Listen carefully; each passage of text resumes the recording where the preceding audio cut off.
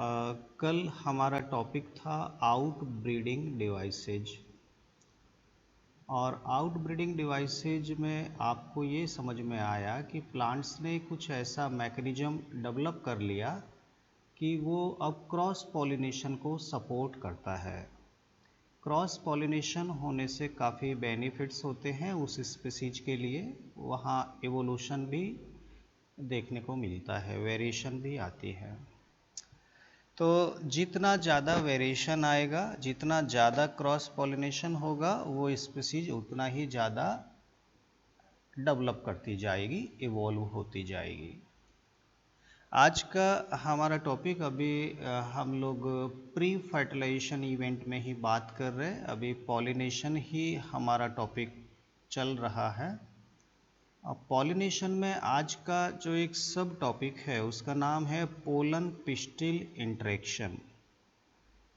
Pollen pistil interaction. तो ये topic भी आपको समझ में आना चाहिए ताकि आपका चैप्टर आपको बार बार फिर परेशान ना करे। होता क्या है पोलन पिस्टिल इंटरेक्शन, ये थोड़ा समझिए। पॉलिनेशन अभी तक हुआ है। पॉलिनेशन में हमको ये मालूम चला कि एंथर से पोलन ग्रेन रिलीज होकर स्टिग्मा तक पहुंच चुके हैं। ठीक है, तो स्टिग्मा पे पहुंचना अभी मेल गैमिट फीमेल गैमिट के पास नहीं पहुंचे हैं, अभी बहुत सारा प्रोसेस बाकी है। तो अभी तक हमारा जो वर्क हुआ है वो वर्क कुछ इस तरह से हुआ कि ये हमारा पिस्टिल और ये ओवरी, और पॉलिनेशन के बाद पोलन ग्रेन पहुंच गए यहाँ पर। ठीक है, और मोस्ट ऑफ स्पीसीज में जो मैंने आपको बताया था कि पोलन ग्रेन्स 2 सेल स्टेज में अभी यहाँ पर मौजूद हैं। ये देखिए आपका जो पोलन ग्रेन बना था, आप एक बार थोड़ा सा इसको देख लीजिए। ये एक सेल है, इसके अंदर न्यूक्लियस एक और डिवाइड होके एक नई सेल बनाया, और ये पूरा आपका साइटोप्लाज्म भरा है, और मेम्ब्रेन के बाहर 2 आउटर कवरिंग है। ये आपका पोलन ग्रेन है, एक्जाइन और इंटाइन 2 कवर है, और यहाँ स्पोरोपोलेनिन का कवरिंग भी पाया जाता है। लेकिन बीच बीच में यहाँ पर कुछ ऐसे प्लेस हैं जहाँ स्पोरोपोलेनिन नहीं है, तो इनको बोलते हैं हम जर्म पोर। ऑलरेडी वैसे मैं ये समझा चुका हूँ, फिर से एक बार रिवाइज करता हूँ। ये जो न्यूक्लियस है ये एक्चुअली वेजिटेटिव सेल कहलाता है, और ये जो एक सेल है अलग जिसने अपनी सेल वॉल बना ली, ये कहलाती है आपकी जेनरेटिव सेल। Generative cell. तो ये 2 सेल स्टेज है, एक वेजिटेटिव सेल है, एक जेनरेटिव सेल है, और एक्जाइन और इंटाइन के साथ ये पोलन ग्रेन पॉलिनेट होके पहुंच चुका है स्टिग्मा के ऊपर। अब सवाल ये आता है कि अब ये अपने मेल गैमीट, अभी चूंकि इसको एक मेल गैमीट और बनाना है, वो कब बनाएगा और कैसे यहाँ ओव्यूल के अंदर जो फीमेल गैमीट है जो कि एम्ब्रियो सैक के अंदर है, ये जो फीमेल गैमीट है एग सेल, इसके पास कैसे पहुंचेगा, सवाल यहाँ पे है। ठीक है, तो यहाँ after landing of pollen grain on the stigma, how this male gamete will be released inside the embryo sac, क्या क्या स्टेप होना है, क्या क्या प्रोसेस होना है, वही कहलाता है pollen pistil interaction. Actually pollen grain आ गया और ये आपका पिस्टिल हो गया, इनके बीच में क्या क्या होता है, क्या कौन कौन से इंटरेक्शन होते हैं, यही हमको समझना है। ठीक है, तो शुरुआत करते हैं क्या होता है।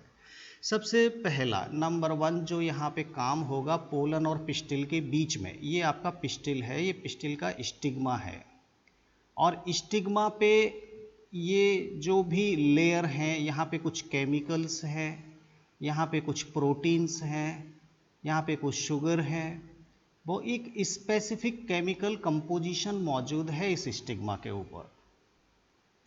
तो खास तौर पे यहाँ पे कुछ ऐसी प्रोटीन हैं जो इस पोलन ग्रेन के आउटर इंटेगुमेंट जो है, एक्जाइन और इंटाइन जो भी हैं, दोनों कवर जो है, वो कवर में भी क्या है, वहाँ पर भी शुगर है, वहाँ पर भी प्रोटीन है, और वहाँ पर स्पोरोपोलिनिन है, और भी कई अदर टाइप के केमिकल्स से मिलके बने हैं ये दोनों कवर। तो ये जो इसका आउटर केमिकल है पोलन ग्रेन के, और जो स्टिग्मा के केमिकल हैं, जब तक ये केमिकल आपस में मैच नहीं करेंगे तब तक ये पिस्टिल इस पोलन ग्रेन को अलाउ नहीं करेगी जर्मिनेशन के लिए। इसका मतलब सबसे पहले पोलन ग्रेन को चेक किया जाएगा कि क्या ये पॉलिनेशन करने के लिए कॉम्पेटेबल है या कॉम्पेटेबल नहीं है। सबसे पहले compatibility will be checked. Compatibility will be checked, verified. कौन करेगा वेरीफाइड? ये स्टिग्मा करेगा। स्टिग्मा क्यों करता है? क्योंकि स्टिग्मा के पास कुछ स्पेसिफिक केमिकल हैं। अगर वो केमिकल इस पोलन ग्रेन के केमिकल से मैच कर जाएंगे तो ये पोलन ग्रेन इस स्टिग्मा के ऊपर जर्मिनेट होगा, अदरवाइज ये पोलन ग्रेन यहां जर्मिनेट नहीं होगा। पहला काम यही है, सबसे पहले कॉम्पेटिबिलिटी चेक की जाएगी। देखिए, ये मान लीजिए वेल एक्सपोज्ड स्टिग्मा है, हवा में लटका हुआ है फ्लावर के पास। किसी भी अननोन स्पीसीज के भी पोलन ग्रेन यहाँ हवा से उड़ के आ सकते हैं। मान लीजिए आम का ये पौधा है और बबूल के पोलन ग्रेन इसके ऊपर लैंड कर गए, तो क्या वो जर्मिनेट होंगे? उनको जर्मिनेशन नहीं किया जाएगा क्योंकि वो अनकॉम्पेटेबल हैं। They will be not allowed for germination here. जब तक एक सुटेबल पोलन ग्रेन नहीं आएगा, सुटेबल जब तक नहीं होगा तब तक वो यहाँ जर्मिनेट नहीं कर पाएगा। ये बहुत इंपॉर्टेंट बात है, ठीक है। कई बार कुछ ऐसे पौधे हैं, जैसे हमने आउटब्रीडिंग डिवाइसेज में देखा, वहाँ सेल्फ इनकॉम्पेटिबिलिटी पाई जाती है। अगर ये इसके खुद के पोलन ग्रेन खुद के ऊपर आ गए तो ये स्टिग्मा बोलेगी कि मैं आपको जर्मिनेशन नहीं करने दूंगी, क्योंकि आप तो मेरे खुद के पोलन ग्रेन हैं। केवल सेल्फ इनकॉम्पेटिबिलिटी वाले पौधों में वो खुद के पोलन ग्रेन को जर्मिनेशन नहीं करने देगी। हाँ, दूसरे फ्लावर का उसी सेम स्पीसीज का अगर आएगा तो वो उसके लिए कॉम्पेटेबल हो जाएगा। ठीक है, बात समझ में आ रही है। जनरली जो भी बाइसेक्सुअल फ्लावर होते हैं वहाँ सेल्फ पॉलिनेशन भी होता है। हर पौधे में सेल्फ इनकॉम्पेटिबिलिटी नहीं होती, ध्यान देना। हर पौधे में थोड़ी होती है, कुछ कुछ पौधे हैं जहाँ होती है। तो सबसे पहला काम है कॉम्पेटिबिलिटी चेक करना। अब देखिए, ये बहुत एक रिसर्च का पॉइंट है कि आखिर वो कौन कौन से ऐसे केमिकल हैं जो कि ज़रूरत होता है एक स्पेसिफिक पोलन ग्रेन को जर्मिनेशन के लिए। अगर हमको वो केमिकल पता चल जाए, अगर हम उन केमिकल को जान जाएं कि कौन सा केमिकल इस पोलन ग्रेन पे अगर मौजूद हो तो ये कॉम्पेटिबल हो जाएगा, अगर ऐसा हमको पता चल जाए तो फिर हम क्या करेंगे, मान लीजिए आम के पौधे से को जामुन के पौधे से क्रॉस कराना है। अब नॉर्मल तो वो इनकॉम्पेटिबल है, लेकिन हमने जामुन के पोलन ग्रेन के ऊपर वो केमिकल लगा दिए जिससे कि आम का पौधा उसको कॉम्पेटिबल समझना शुरू कर दे, तो फिर वो उसको जर्मिनेशन के लिए अलाउ कर देगा। तो हमारे साइंटिस्ट ऐसे उन केमिकल को लगातार ढूंढ रहे हैं जो कॉम्पेटिबिलिटी के लिए जिम्मेदार होते हैं। फिलहाल अभी कुछ कुछ केमिकल हमने ढूंढे हैं, ज़्यादा इसके बारे में हमको भी नहीं मालूम है कि आखिर कौन से वो केमिकल हैं स्टिग्मा के जो पोलन ग्रेन के एक स्पेसिफिक केमिकल को पहचान करते हैं और उसको जर्मिनेशन के लिए अलाउ करते हैं। तो ये एक छोटा सा कंसेप्ट था, आपको समझ में आया होगा। अब मैं आपको थोड़ा समझाता हूँ कि सपोज ये वो स्टिग्मा के ऊपर आपका पोलन ग्रेन है, ये उसकी सेल मेम्ब्रेन है, ये उसका जो एक न्यूक्लियस है वेजिटेटिव सेल का, और ये सेल है जिसने अपनी खुद की सेल वॉल अलग बना ली, और ये साइटोप्लाज्म है। ठीक है, और ये आपका एक्जाइन और इंटाइन है। अब सपोज ये कॉम्पेटिबल है, तो अब क्या करेगा, कॉम्पेटिबिलिटी चेक हो गई, स्टिग्मा ने ग्रीन सिग्नल दे दिया, पोलन ग्रेन को बोल दिया ओके यू कैन जर्मिनेट, आप जर्मिनेशन कर सकते हैं, ऐसा सिग्नल मिल गया। तो अब क्या होगा, यहाँ की केमिकल एक्चुअली इसको मोटिवेट कर रहे हैं, स्टिमुलेट कर रहे हैं कि अब पोलन ग्रेन आप जर्मिनेशन कर सकते हैं। तो जर्मिनेशन का काम करेगा ये आपका वेजिटेटिव सेल। कौन सेल करेगी, वेजिटेटिव सेल। वेजिटेटिव सेल यहाँ पे अब वो प्लेस ढूंढेगी जो बहुत कमजोर प्लेस है, खास तौर पे वो जगह जहाँ पर स्पोरोपोलेनिन नहीं है, उन जगह से वो आउटग्रोथ करना शुरू करती है। आउटग्रोथ कैसे करेगी, जैसे ये आपकी सेल मेम्ब्रेन हो गई पोलन ग्रेन की, ये आपका न्यूक्लियस, ये साइटोप्लाज्म और ये आपकी वेजिटेटिव सेल। ठीक है, अब मान लीजिए ये चारों तरफ कवरिंग है और ये वो प्लेस है जहां स्पोरोपोलेनिन नहीं है। तो क्या होगा, यहाँ की जो मेम्ब्रेन है, यहाँ की जो ये मेम्ब्रेन है अंदर की सेल मेम्ब्रेन, वो इस जर्म पोर से बाहर निकलना शुरू कर देगी। इस तरह से केवल एक ही जर्म पोर से ये पोलन जो ये सेल मेम्ब्रेन है वो आउटग्रोथ करना शुरू करेगी, और ये जो आउटग्रोथ स्ट्रक्चर है इसी को हम पोलन ट्यूब कहते हैं। इसको क्या कहते हैं, पोलन ट्यूब। तो जब सिग्नल मिल गया स्टिग्मा से, ये मान लीजिए स्टिग्मा है, और जब सिग्नल मिल गया तो फिर ये पोलन ट्यूब का बनना शुरू हो जाता है, और पोलन ट्यूब बनाने का काम करती है वेजिटेटिव सेल। ध्यान देना, generative cell as it is अभी इसके अंदर मौजूद है। तो क्या वाकई में ये पोलन ग्रेन इसी टाइप से जर्मिनेट करते हैं, इसको ऑब्जर्व करने के लिए हम लेबोरेटरी में एक प्रैक्टिकल भी करते हैं, टेस्ट करते हैं। हमारे पास एक स्लाइड होती है, हम स्लाइड पे वो केमिकल डालते हैं जो पोलन ग्रेन को जर्मिनेशन के लिए ज़रूरी होता है। ख़ास तौर पे उसमें फूड होता है और कुछ स्टिमुलेटिंग केमिकल होते हैं। अब जैसे ही हमने एक पोलन ग्रेन इसके ऊपर डस्ट कर दिया, इसके ऊपर इस पानी में झड़ा दिया, और फिर इसको 10-15 मिनट के बाद जब हम माइक्रोस्कोप में देखते हैं तो हमको ऐसा पोलन ट्यूब निकलता हुआ दिखाई देता है। माइक्रोस्कोप में जब हम इन पोलन ग्रेन को देखेंगे तो हमको ये पोलन ग्रेन जर्मिनेट करते हुए दिखाई देते हैं। तो ये हमारा एक प्रैक्टिकल वर्क है। जब स्कूल खुलेंगे, आप लोग लैब में आएंगे तो आपको देखना होगा कि पोलन ग्रेन कैसे जर्मिनेट करते हैं। ठीक है, फिलहाल आपको इतना समझ में आया कि पोलन ग्रेन यहाँ जर्मिनेट कर रहे और बन रही है एक पोलन ट्यूब। अब ये ट्यूब बनकर यहाँ पर हमको देखने को मिलता है कीमोट्रोपिज्म। यहाँ पर क्या देखने को मिलता है, कीमोट्रोपिज्म। एक्चुअली कुछ स्पेसिफिक केमिकल हैं इस स्टाइल के अंदर, स्टिग्मा के अंदर, और टुवार्ड्स द ओव्यूल कुछ ऐसे केमिकल हैं जो इस पोलन ट्यूब को अपनी तरफ अट्रैक्ट करते हैं। ये पोलन ट्यूब कभी भी ऊपर को नहीं जाएगी।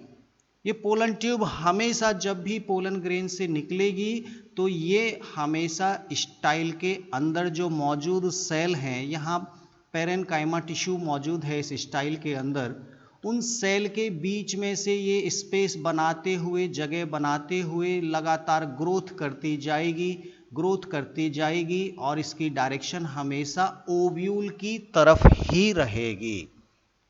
So the movement of pollen tube towards the ovule is the best example of chemotropism. Some specific chemicals are responsible to attract the growth of pollen tube towards the ovule. ये बात आपको थोड़ा समझ में आना चाहिए। ठीक है, अब मैं इसको थोड़ा सा दूसरा डायग्राम बना के आपको दिखाता हूँ। तो अगर मैं इसको फिर से थोड़ा सा यहाँ आपको बना के दिखाऊं इस तरह से, क्या क्या हो रहा है। सबसे पहला नंबर 1 कॉम्पिटिबिलिटी चेक हुई। उसके बाद नंबर 2 यहाँ पर पोलन ग्रेन का जर्मिनेशन हुआ। जर्मिनेशन के बाद यहाँ पर पोलन ट्यूब बनी, development of pollen tube. Pollen tube का डेवलपमेंट हुआ तो पोलन ट्यूब की ग्रोथ देखने को मिली, growth towards ovule, growth towards ovule, ovule की तरफ उसकी ग्रोथ होना शुरू हो गई।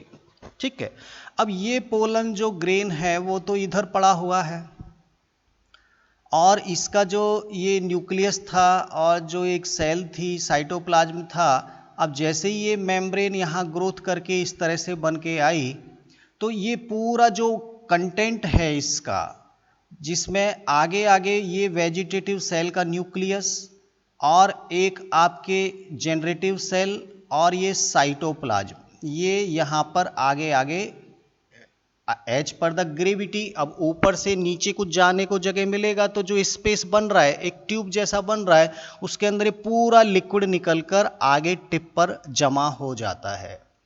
अब ये ऊपर का जो पोलन ग्रेन है अब ये बिल्कुल खाली हो चुका है, इसमें कुछ भी नहीं बचा। क्यों? क्योंकि इसका जितना भी कंटेंट था वो तो नीचे चला गया।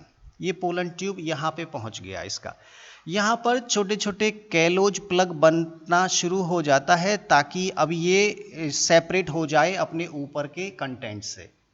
कैलोज प्लग बनते हैं कैलोज प्लग।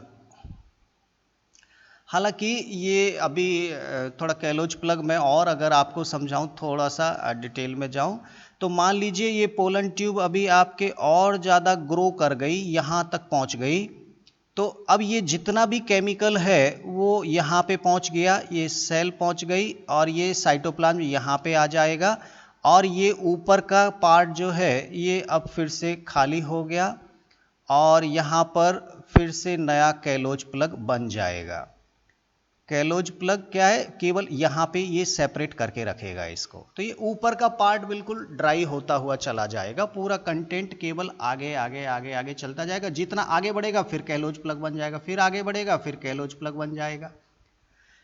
तो ये वाला जो पार्ट है ये अब सूख चुका है, ड्राई हो चुका है और ये झड़ भी सकता है, इसका कोई ऐसा नहीं है, हवा से उड़ सकता है। कंटेंट तो यहाँ पे आ चुका और ये आगे धीरे धीरे ग्रोथ करती जा रही है।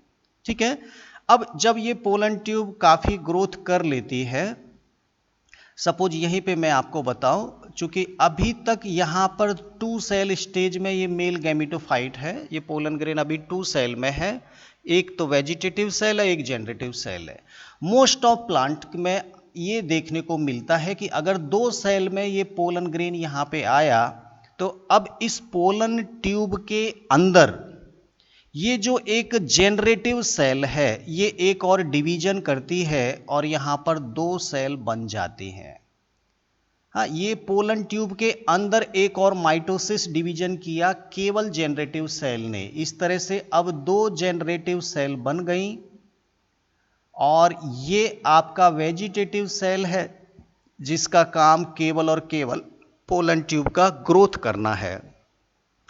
तो जिन प्लांट में ऑलरेडी अगर एंथर से रिलीज होते समय ही अगर 3 सेल थी तब तो ये डिवीजन यहां नहीं होगा, लेकिन जब वो पोलन ग्रेन आया था और उसमें केवल 2 ही सेल थी, जब उसमें 2 ही सेल थी तो फिर तीसरी सेल पोलन ट्यूब के अंदर बनेगी। मोस्ट ऑफ प्लांट में तो ये 2 सेल में ही पोलन यहां पे आता है। ठीक है, तो ये एक कंसेप्ट आपको समझ में आया। 2 सेल में आने से फायदा होता है क्योंकि अभी इसने अपनी एक्स्ट्रा एनर्जी को बचा के रखा। अगर ये 3 सेल में आता तो इस पोलन ग्रेन की कुछ जो एनर्जी है वो इस डिवीजन में खर्च हो जाती, तो फिर इस पोलन ग्रेन की वाइबिलिटी कम हो जाती। वाइबिलिटी को इंक्रीज करने के लिए वो इंतजार किया कि मैं बाद में डिवीजन कर लूँगा, पहले जर्मिनेशन तो हो जाए। अब जब जर्मिनेशन हो गया तो अब उसने डिवीजन कर लिया। ठीक है, तो ज़्यादातर प्लांट में तो यही देखने को मिलता है, 2 सेल में ही पॉलिनेशन होता है और बाद में थर्ड जो सेल बनती है वो इनसाइड द पोलन ट्यूब बनती है। तो यहाँ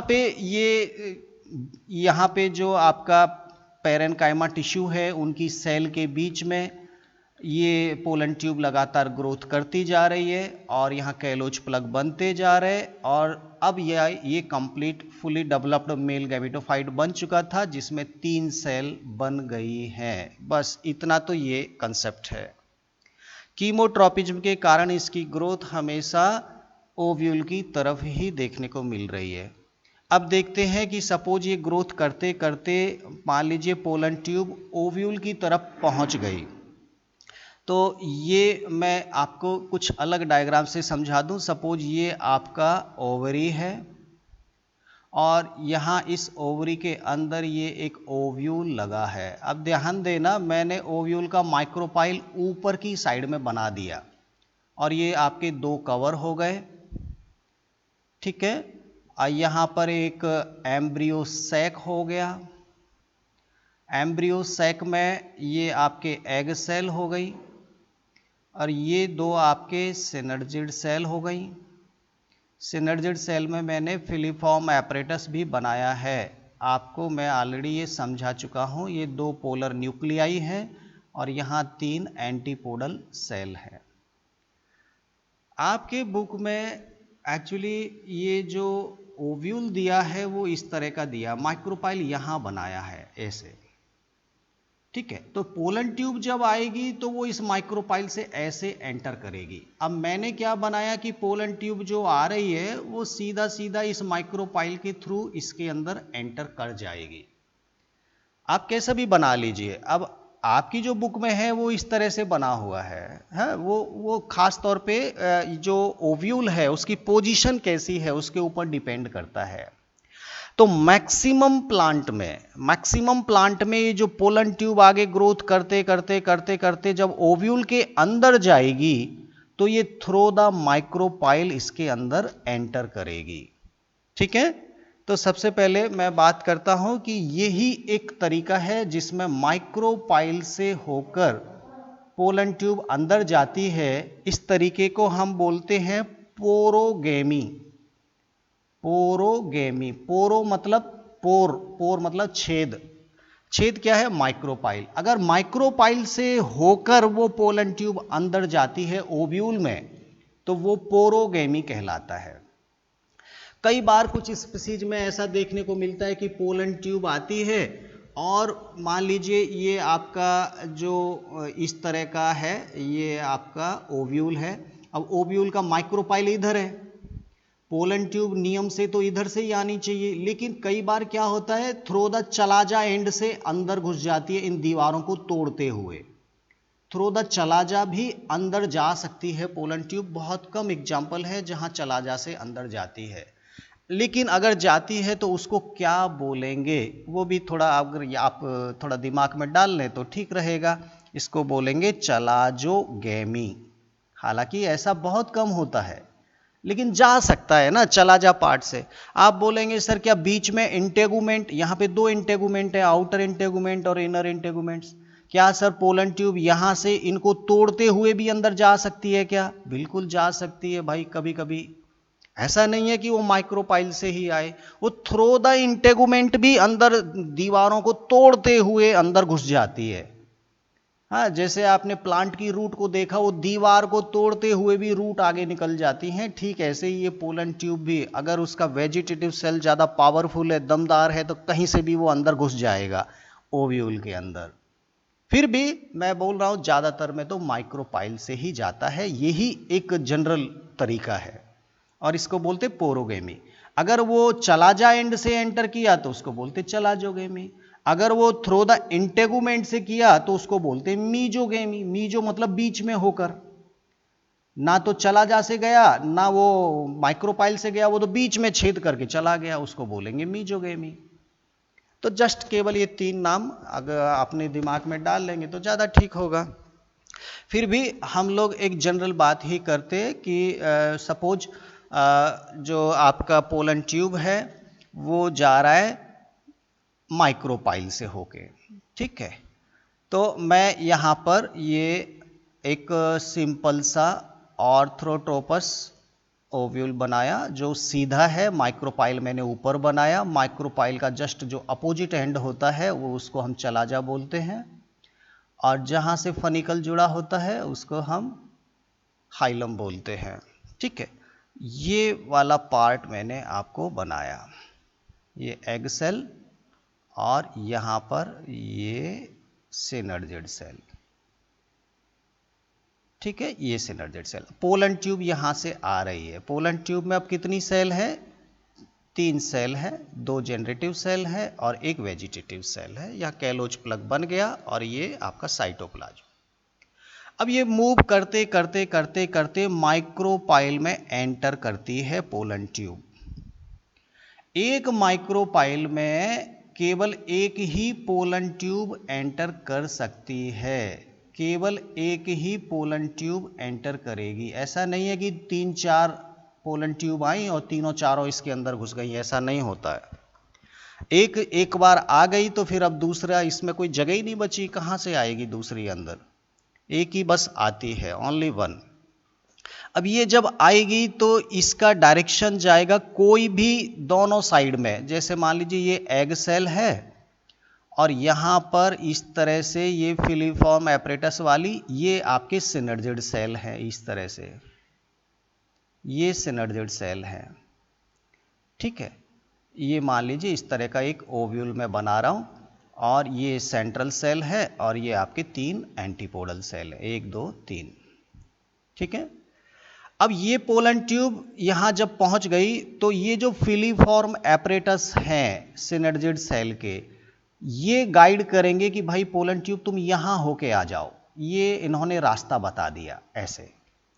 हाँ, ये मान लीजिए इस तरह का है ना, तो पोलन ट्यूब को बोलेंगे तुम यहाँ होके अंदर आओ ऐसे करके। तो ये एक रास्ता देती हैं। Filiform apparatus will guide the pollen tube to enter into the ovule. तो जैसे भी इसमें ये पोलन ट्यूब जैसे ही एंटर करती है तो ये सेल जो आपकी सिनर्जिड सेल थी वो फट जाती है तो ओपन रास्ता मिल जाता है और ये पोलन ट्यूब इसके अंदर आ जाती है। मतलब पोलन ट्यूब जैसे ही सिनर्जिड में एंटर करेगी वो वाली सिनर्जिड सेल खत्म हो जाएगी, रैप्चर्ड हो जाएगी, फट जाएगी और पोलन ट्यूब आपके अंदर पहुंच जाएगी। यह है penetration of pollen tube inside the ovule through the micropylar and. Micropyle से अंदर आ गया।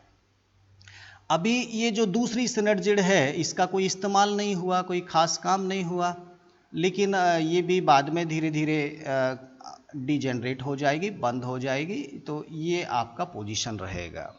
अब जैसे ही ये यहाँ पे पहुँचेगी तो दोनों जनरेटिव सेल यहाँ रिलीज हो जाएंगे और वेजिटेटिव सेल का न्यूक्लियस भी खत्म हो जाएगा। ये पोलन ट्यूब अब कोई काम की नहीं है।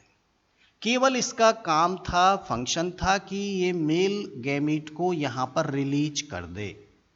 दोनों मेल गैमीट यहाँ रिलीज हो गए, वेजिटेटिव सेल भी खत्म हो गई। ये सब कहानी अब तक की है बिफोर फर्टिलाइजेशन प्रोसेस, हाँ, प्री फर्टिलाइजेशन इवेंट। अब यहां तक जो एंटर किया ये सब पोलन पिस्टिल इंटरेक्शन कहलाएगा। एक पोलन ग्रेन कैसे आया, कैसे कॉम्पिटिबिलिटी चेक हुई, कैसे पोलन ट्यूब ग्रोथ हुई, पोलन ट्यूब में कैसे यहां डिवीजन हुआ, पोलन ट्यूब ओव्यूल के अंदर कैसे एंटर हुई फिलीफॉर्म सेल से और कैसे उसने 2 जनरेटिव सेल रिलीज किए, यहां से लेकर यहां तक की कहानी ये आपकी कहलाती है पोलन पिस्टिल इंटरेक्शन। अब हम बात करेंगे fertilization event. Male gamete female gamete के पास आ चुके हैं, अब होगा फर्टिलाइजेशन इवेंट।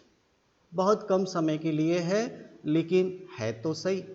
तो फर्टिलाइजेशन इवेंट शुरू करने से पहले एक छोटा सा टॉपिक और दिया है हमारी बुक में, वो हम अभी कंप्लीट कर लेंगे तो ज़्यादा सुटेबल होगा, ठीक होगा। अभी फर्टिलाइजेशन हम शुरू नहीं कर रहे हैं। एक छोटा सा टॉपिक दिया है आर्टिफिशियल हाइब्रिडाइजेशन। आर्टिफिशियल हाइब्रिडाइजेशन ये क्या है? देखिए क्लास 10th में हमने हाइब्रिडाइजेशन तो पढ़ा था।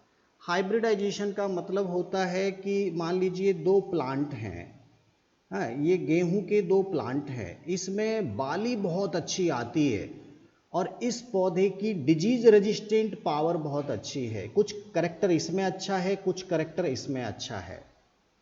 हम चाहते हैं प्लांट ब्रीडिंग प्रोग्राम में कि हमको एक ऐसा पौधा मिले कि बाली तो इसके जैसी आए और डिजीज रेजिस्टेंट पावर इसके जैसा आए।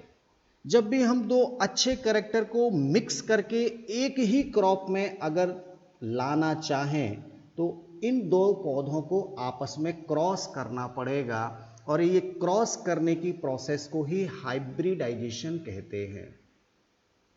Hybridization is a process by which we try to combine the superior features of 2 different plants.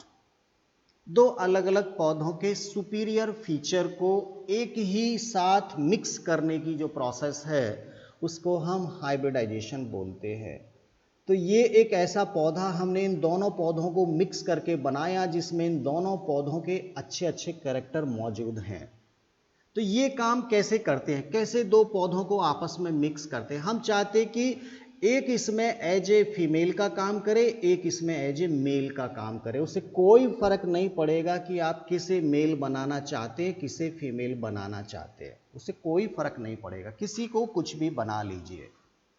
लेकिन जब आपने मेल और फीमेल फाइनल कर लिए तो फिर आपको क्या करना है कि इस पौधे के पोलन ग्रेन इस पौधे की स्टिग्मा के ऊपर आर्टिफिशियल लेके जाना है। आर्टिफिशियल मतलब आप जानबूझ के लेके जाएंगे, आपको कोई पॉलिनेटिंग एजेंट के ऊपर डिपेंड नहीं रहना है। आप चाहते हैं कि केवल ये 2 आपस में मिक्स करें तो आपको आर्टिफिशियल हाइब्रिडाइजेशन प्रोसेस करना पड़ेगा और जब ये कंबाइन हो जाएंगे तो आपको सुपीरियर फीचर एक ही पौधे में दिखाई देना शुरू हो जाएगा। कैसे करते हैं आर्टिफिशियल हाइब्रिडाइजेशन? एक्चुअली हम आर्टिफिशियल पॉलिनेशन कर रहे हैं। एक तरह से आर्टिफिशियल पॉलिनेशन, हम नहीं चाहते कि उस स्टिग्मा के ऊपर कहीं के भी पोलन ग्रेन आ जाएं उड़ते उड़ते, हम नहीं चाहते। हम चाहते कि इस पर्टिकुलर प्लांट के ही पोलन ग्रेन आए। तो वो कैसे आए, उसके लिए क्या तरीका करना पड़ता है, वो ये टॉपिक आपको एक्सप्लेन करता है आर्टिफिशियल हाइब्रिडाइजेशन। ठीक है, कंसेप्ट समझ में आया क्या है? तो कैसे करते हैं, क्या क्या स्टेप्स इसमें होते हैं? सबसे पहला स्टेप है selection of parental plant. Selection of parent plant, सबसे पहले आप उन पेरेंट प्लांट को छांट लीजिए जिनको आप मिक्स करना चाहते हैं, क्योंकि ये तो आपको पता है कि इस पौधे में क्या अच्छा है और इस पौधे में क्या अच्छा है। आपने वो फीचर्स को सेलेक्ट कर लिया जिनको आप कंबाइन करना चाहते हैं। हाँ, पेरेंट प्लांट आपने सेलेक्ट कर लिए एज पर रिक्वायरमेंट। आपकी क्या रिक्वायरमेंट है, कौन कौन से फीचर आप मिक्स करना चाहते हैं, उसके हिसाब से प्लांट को सेलेक्ट कर लीजिए। और नंबर 2 क्या करना है, select as 1 male plant and other as a female plant. दूसरे आप मेल फीमेल को डिसाइड कर लिए कि मैं किसको मेल बनाऊंगा और किसको फीमेल बनाऊंगा, ये पहले से ही प्लानिंग करना पड़ेगा। अब 2 पौधे आपके सेलेक्ट हो गए, आपने एक को बोल दिया कि मेल है, एक को बोल दिया कि फीमेल है। ठीक है, ये पौधा है और इस पौधे में जो फ्लावर आ रहे हैं उस फ्लावर में ये स्टिग्मा हो गया, पिस्टिल हो गया और ये आपके स्टेमन हो गए। ये एक दूसरा पौधा है, इसमें भी आपके फ्लावर आ रहे हैं और फ्लावर जो आ रहे हैं उसमें ये आपके पिस्टिल हो गया और ये आपके स्टेमन हो गए। ठीक है, आप चाह रहे कि ये 2 पौधे मिक्स हो जाए। हमने बोला इसको एज ए मेल कर लेंगे, इसको एज ए फीमेल कर लेंगे। आप किसी को भी कुछ कर लीजिए, उससे कोई फर्क नहीं पड़ेगा। ठीक है, अब देखिए, अगर आप चाहते कि केवल ये पोलन ग्रेन इसकी स्टिग्मा पे आए, आप ऐसा चाहते हैं, तो सबसे पहली बात कि ये जो फ्लावर है इसके पास खुद के भी तो पोलन ग्रेन है, ये भी तो आ सकते हैं। हवा से उड़ के कहीं और से भी तो आ सकते हैं।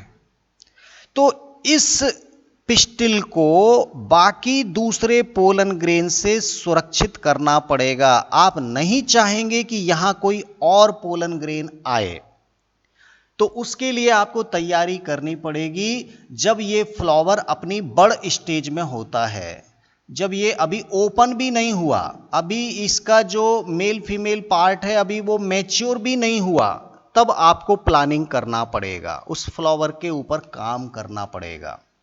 क्या काम करना पड़ेगा? एक्चुअली हम इसको बड़ स्टेज में, देखिए अभी मेल फीमेल पार्ट इस बड़ में उसके तैयार नहीं हुए, मैच्योर नहीं हुए, बड़ स्टेज में ही आपको एक काम करना पड़ेगा। आपको क्या करना पड़ेगा? उस फ्लावर को आप ओपन कीजिए। ओपन करके आपको मालूम है कि इसके अंदर ये तो मेल पार्ट है और ये इसका फीमेल पार्ट है, ये आपको मालूम है।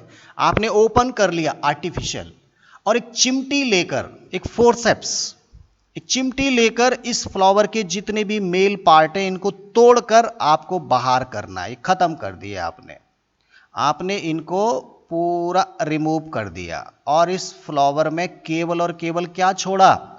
केवल फीमेल पार्ट आपने छोड़ा, केवल फीमेल पार्ट। ठीक है, तो हमने क्या किया कि बड़ स्टेज में, ध्यान देना, ये फूल अगर खिल चुका होगा, तैयार हो चुका होगा, और तब आप ऐसा करेंगे तब तो कोई फायदा नहीं है। हो सकता है पोलन ग्रेन पहले ही पहुंच गया हो। आपको तो उसको बड़ स्टेज में ही ये ट्रीटमेंट करना है। We have to remove the male part from that flower. और मेल पार्ट, एक्चुअली मेल को बोलते हैं मस्कुलाइन, मेल को क्या बोलते हैं? मस्कुलाइन। तो जो इसमें मेल पार्ट था वो आपने रिमूव कर दिया, आपने एंथर तो हटाए ना, एंथर मतलब मेल पार्ट आपने रिमूव कर दिया। तो इस प्रोसेस को क्या बोलते हैं? इस प्रोसेस को बोलते हैं इमैस्कुलेशन। इमैस्कुलेशन मतलब मस्कुलर पार्ट जो था, जो मस्कुलाइन पार्ट था, वो आपने इमैस्कुलेट मतलब वो रिमूव कर दिया, मेल पार्ट हटा देना। क्या कहलाता है? इमैस्कुलेशन कहलाता है। सपोज ये वो फ्लावर था जिसमें हमने इमैस्कुलेशन कर दिया है, और इसमें अब केवल और केवल क्या बच गया? ये आपके फीमेल पार्ट बचा हुआ है, और ये जो आपके सीपल पीटल हैं वो तो बचे रहेंगे, उसमें कोई दिक्कत नहीं है। ठीक है, अब मेल पार्ट रिमूव करना क्या कहलाएगा? इमैस्कुलेशन कहलाएगा। क्यों किया? क्योंकि हम नहीं चाहते कि वो सेल्फ पॉलिनेशन कर ले। और उसी बड़ स्टेज में एक बटर पेपर लेकर, एक कागज का कुछ, एक पॉलीथीन नहीं, कागज का एक थैली बनाकर, एक कवर बनाकर इस पूरे फ्लावर को आपको ढक देना है। ये एक धागे से बांध देना है थैली, क्योंकि ये पेड़ हवा में रहेगा, ये थैली हट भी सकती है, थोड़ा सा इसको बांध देना है ताकि ये सुरक्षित रहे। और ये जो आपने बटर पेपर लगाया है, जो कागज की थैली लगाई है, ये बाहर से आने वाले पोलन ग्रेन्स को रोक देगी। इसमें और कोई पोलन ग्रेन अब नहीं आ सकते। ठीक है, तो प्रोटेक्शन कर दिया हमने, उसके ऊपर एक कवर लगा दिया, और कवर लगाने को बोलते हैं बैगिंग। एक्चुअली बैग लगा दिया, एक थैली लगा दी आपने, इसको बोलते हैं बैगिंग। बैगिंग करना क्यों जरूरी है? ताकि अनवांटेड पोलन ग्रेन स्टिग्मा तक ना पहुंचे, इसके लिए बैगिंग करना जरूरी है। और इस थैली के ऊपर कुछ इंफॉर्मेशन भी आप लिख सकते हैं। कुछ इंफॉर्मेशन, मान लीजिए आप जहां पर लार्ज अमाउंट में ऐसा काम कर रहे हैं, आपको पता नहीं मैंने किस पौधे को क्यों छांटा, क्यों हटाया, तो उसके ऊपर आवश्यक इंफॉर्मेशन भी लिख देते कि हमको इसमें ये मिक्स करना है, और ये हमने इतने तारीख को इसको इमैस्कुलेट किया था। ऐसे करके बहुत सारी इंफॉर्मेशन इस कागज़ के ऊपर चिपका सकते हैं। उसको लेबलिंग करना है, उसको हम बोलते हैं हमारी बायोलॉजी की भाषा में टैगिंग।